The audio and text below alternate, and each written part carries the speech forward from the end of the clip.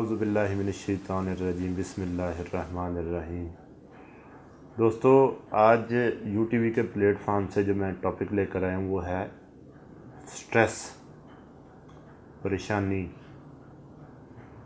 ہر بندہ کہتا ہے جی میں پریشان ہوں، کوئی کہتا ہے جی میں مال کے لیے پریشان ہوں، کوئی کہتا ہے جی میں اولاد کے لیے پریشان ہوں، کوئی اپنی بیوی کے لیے پریشان ہے۔ تو دوسرے الفاظ میں ہم ایک پریشان قوم بن گئے ہوئے ہیں۔ میں یہ سمجھتا ہوں کہ یہ پریشانی ہماری اپنی پیدا کی ہوئی ہے، کوئی باہر کا بندہ اس کا ذمہ دار نہیں ہے۔ ہم نے اپنی زندگی کو اتنا پیچیدہ بنا لیا ہوا ہے کہ ہم اس الجھنوں سے باہر نہیں آ سکتے جو ہم نے خود پر طاری کر لی ہوئی ہے۔ اگر کوئی امیر ہے تو اس کو مزید امیر ہونے کی فکر ہے، اگر کوئی غریب ہے تو اس کو روٹی کی فکر ہے۔ غرض کہ ہر بندہ ایک گرداب میں پھنسا ہوا ہے اور نکلنا چاہتا ہے اور نکل نہیں پا رہا۔ اس کی وجہ یہی ہے کہ ہم نے اپنی ضرورت سے زیادہ اپنی خواہشات کو مقدم کر لیا۔ کہتے ہیں ضرورت تو فقیر کی بھی پوری ہو جاتی ہے، خواہش بادشاہ کی بھی پوری نہیں ہوتی۔ تو ہماری جو خواہشات ہیں وہ ہماری ضروریات سے بہت بڑی ہو گئی ہیں، ہماری توقعات بہت بڑی ہو گئی ہیں۔ ہم سمجھتے ہیں کہ دنیا میں ہی جنت ہے اور دنیا میں ہی دوزخ ہے۔ ہم دنیا کو جنت بنانا چاہتے ہیں۔ ہم یہ نہیں سمجھتے کہ دنیا جنت نہیں ہے۔ وہ کیا کسی نے خوب کہا ہے، فرنگی چاہتا ہے جہان عیش کا دوام، ہائے خواہش ناتمام، ہائے خواہش ناتمام۔ فرنگی تو اس کام میں لگا ہوا ہے، وہ اپنی معیشت کو، اپنی اکانومی کو تیز کرتا ہے، خود اور تیز ساتھ ہو جاتا ہے، پھر اور تیز کرتا ہے، پھر اور تیز ہو جاتا ہے۔ اللہ نے انسان کا جو جسم ہے اتنی تیزی کے لیے نہیں بنایا، یہ ڈیزائن اتنی تیزی کے لیے نہیں ہوا کہ ہم مشین کی طرح کام کریں۔ مشینیں ہم نے اپنی سہولت کے لیے نہیں بنائی، مشینیں ہم نے اپنی پریشانی کے لیے بنائی۔ جب انسان کے پاس یہ سب کچھ نہیں تھا تب بھی وہ خوش تھا۔ اگر آج ہم ہوائی جہازوں میں اڑ رہے ہیں اور مہنگی مہنگی گاڑیوں میں بیٹھ رہے ہیں تو ہماری خواہشات بھی اتنی بڑھ گئی ہیں۔ ہمارے پاس سادگی نہیں۔ کہتے جی امیر آدمی وہ نہیں ہے جس کے پاس زیادہ چیزیں ہوں، امیر وہ ہے جس کو زندگی گزارنے کے لیے کم چیزوں کی ضرورت پڑے۔ اگر ایک بندہ مہینے میں 3 جوڑوں سے گزارا کرتا ہے، جو 30 سے جس نے کرنا ہوتا ہے وہ 30 کے پیسے کمائے گا اور اس کے لیے وہ پریشان ہو جائے گا۔ تو اپنی خواہشات جتنی محدود رکھیں اتنے خوش رہیں گے۔ حضرت ابو بکر کے قول کا مفہوم ہے، انہوں نے کہا کہ نفس کی ایک خواہش پوری کر دو تو یہ دوسری کا تقاضا کرتا ہے، دوسری کر دو یہ تیسری کا تقاضا کرتا ہے۔ ہمارے پیارے نبی صلی اللہ علیہ وسلم نے فرمایا انسان کو ایک احد پہاڑ سونے کا مل جائے تو دوسرے کی خواہش کرے گا، دوسرا مل جائے تو تیسرے کی خواہش کرے گا، اس کا پیٹ صرف قبر کی مٹی بھر سکتی ہے۔ ہم نے قناعت اختیار کرنی چھوڑ دی ہے، سٹیٹس سمبل بنا دیے ہوئے ہیں۔ جیسے کوئی اگر بیسن والی روٹی کھائے تو وہ کسی کو بتاتے ہوئے شرمائے گا، اگر پیزا کھائے تو بڑے فخر سے بتائے گا کل میں نے پیزا کھایا، حالانکہ بیسن کی روٹی پیزے سے زیادہ مزیدار ہوتی ہے۔ لیکن کوئی ہمیں یہ نہ کہہ دے کہ یہ غریب ہے۔ زندگی میں نمبر 1 پہ آنا مشکل نہیں ہے، نمبر 1 پہ رہنا مشکل ہے۔ ہمارے معاشرے میں کرپشن کی سب سے بڑی وجہ بھی یہی ہے کہ اگر کسی کے پاس آج بڑی گاڑی ہے تو وہ یہ نہیں کہے گا کل کو اگر چھوٹی بھی ہو تو میرا گزارا چل جائے گا، وہ اس گاڑی کے پہ رہنے کے لیے کرپشن کرے گا۔ لوگ کیا کہیں گے، محلے دار کیا کہیں گے کہ یہ اس کے پاس چھوٹی گاڑی کہاں سے آ گئی۔ وہ ہمیشہ نمبر 1 رہنا چاہتا ہے اور اسی دوڑ میں وہ پھر سارے حربے آزماتا ہے دولت کمانے کے۔ تو اسی طرح پھر دوڑ لگ جاتی معاشرے میں، ہر کوئی پیسہ بنانے میں مصروف ہوتا ہے، کسی دوسرے کا خیال نہیں ہوتا، جنگل کا قانون معاشرہ بن جاتا ہے۔ کچھ ہماری عورتوں نے ہمارے مردوں کو کرپشن میں ڈال رکھا ہے، وہ ٹی وی پہ جو دیکھتی ہیں، مارننگ شو میں دیکھتی ہیں یا ڈرامے میں دیکھتی ہیں، اپنے شوہر سے وہ خواہش کرتی ہیں، یہ نہیں پتہ ہوتا کہ میرے شوہر کی اتنی آمدنی ہے بھی کہ نہیں، اور وہ جو مال لاتا ہے کبھی اس نے پوچھا تھا کہ نہیں کہ تمہاری تنخواہ تو اتنی ہے، سب کچھ کہاں سے آیا؟ اس کو تو صرف اپنی خواہش کا پڑا ہوتا ہے۔ تو میں یہ سمجھتا ہوں کہ ہمارے معاشرے کی بگاڑ میں مرد اور عورت دونوں کا برابر کا حصہ ہے۔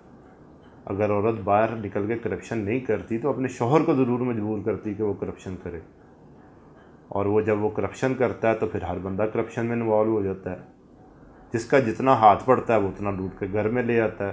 چپڑاسی بھی 300 کی دیہڑی لگا دیتا ہے، جس کی جتنا بھی ہاتھ پڑتا ہے وہ اتنی کرپشن کرتا ہے۔ حکمران کا اربوں پہ ہاتھ پڑتا ہے، اربوں کرپشن کر لیتا ہے، برابر تو دونوں ہی ہیں۔ اسی طرح کسی کی 2 فیکٹریاں ہیں تو تیسری کی میں لگانے کے لیے پریشان ہے، 3 بن گئی تو چوتھی تو اس کی، اگر وہ 200 سال بھی زندہ رہے تو فیکٹری لگاتا رہے گا۔ اللہ نے زندگی اتنی محدود بنائی ہے کہ انسان جب بڑھاپے میں جا کے جب اس کے پاس پیسہ آتا ہے تو اس کو استعمال کرنے کی طاقت ختم ہو جاتی ہے، تو پھر وہ کس کے لیے کما رہا ہے؟ جوانی ساری وہ گزار دیتا ہے پیسہ کمانے میں، استعمال کرنے کا وقت نہیں ملتا۔ بیوی بچے اس کی آسان کمائی کو سمجھ کے اڑانا شروع کر دیتے ہیں۔ کوئی انسان جتنا بھی کما لے تو اکثر اولاد کی طرف سے یہ تانا ملتا ہے کہ ابا اگر آپ یہ کام کر لیتے تو ہم زیادہ خوشحال ہوتے، وہ کام کر لیتے تو زیادہ خوشحال ہوتے۔ تو ہم اپنے بچوں اور اپنی بیوی کی خاطر اپنے بوجھ میں اضافہ کریں، حساب ہمیں دینا پڑے گا۔ اور انسان جتنا بڑا ہوتا جاتا ہے، جتنی دولت آتی جاتی ہے، اس کو بچانے کے لیے اس کے سامنے کرپشن کے راستے بھی کھلنے شروع ہو جاتے ہیں، اور وہ اس سٹیٹس کو قائم کرنے کے لیے پھر ہر حربہ آزماتا ہے۔ ہمارے ملک کے کچھ حکمرانوں کی مثال آپ کے سامنے ہے، انہوں نے جب کمائی شروع کی تو کچھ نہیں دیکھا، آج اس کی سزا بھگت رہے ہیں۔ تو میں یہ سمجھتا ہوں کہ دولت کی کوئی انتہا نہیں ہے۔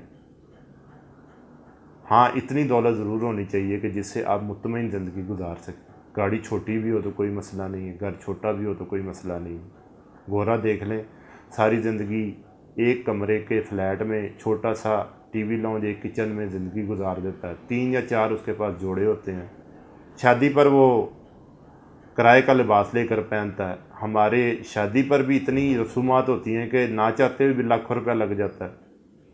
ہمارے اندر سے سادگی ختم ہو گئی ہوئی ہے۔ لیکن ایک چیز نے ہمیں سادگی سکھائی ہے، وہ ہے کرونا۔ جن لوگوں نے بڑے بڑے منصوبے بنائے تھے شادیوں کے، انہوں نے بھی سادگی سے شادی کی ہے، نکاح کی ہے۔ تو اللہ تعالیٰ ہمیں سبق سکھانے کے لیے ایسی چیزیں بھیجتے ہیں۔ پوری دنیا کہتی تھی کہ دنیا اتنی ترقی پر چلی گئی ہے کہ اگر ایک دن بھی رکے گی تو تباہ ہو جائے گی۔ کئی مہینوں دنیا رکی رہی، کچھ بھی نہیں ہوا۔ تو ہم نے ناجائز طور پر اپنے اوپر بہت ساری چیزوں کا بوجھ ڈالا ہوا ہے۔ آپ جتنا بوجھ اٹھاتے جائیں گے اتنا کمزور ہوتے جائیں گے، اور آپ میں چلنے کی سکت ختم ہو جائے گی۔ آپ نے اگر کراچی جانا ہو لاہور سے تو آپ 3 دن کے لیے جا رہے ہوں اور آپ سامان باندھ لیں 2 مہینے کا، تو آپ راستے میں پریشان ہوں گے۔ تو ایک لمٹ سے زیادہ تو جہاز بھی الاؤ نہیں کرتا سامان لے جانے پہ۔ وہ یہی کہتے ہیں کہ آپ سفر کرنے جا رہے ہیں کہ جہاز میں رہنے کے لیے جا رہے ہیں۔ تو میں تو یہی کہوں گا کہ ہماری قوم نے ایک ٹارگٹ سیٹ کیا ہوا ہے خوشحالی کا۔ ہر انسان یہ سمجھتا ہے کہ جب میں وہاں پہنچوں گا تو خوش ہو جاؤں گا، جب میں وہاں پہنچوں گا تو ایک فیکٹری بنے گی تو خوش ہو جاؤں گا، 2 بنے گی تو ہوتا پھر بھی خوش نہیں ہے۔ ہر بندہ خود کو خوش رکھنے کے لیے پریشان ہے۔ ہر انسان جو دولت میں گھسا ہوا ہے وہ کہتا ہے میری 8 گھنٹے کی نیند ہے، 4 گھنٹے کی ہو جائے، 4 گھنٹے میں پیسے کمانے میں لگا دوں۔ جب وہ پیسے کمانے میں لگا دیتا ہے تو وہ 4 گھنٹے کی جو نیند سے محروم ہوا ہے وہ اس کی جسم پر اثرات ڈالتی، بوجھ ڈالنی شروع کر دیتی۔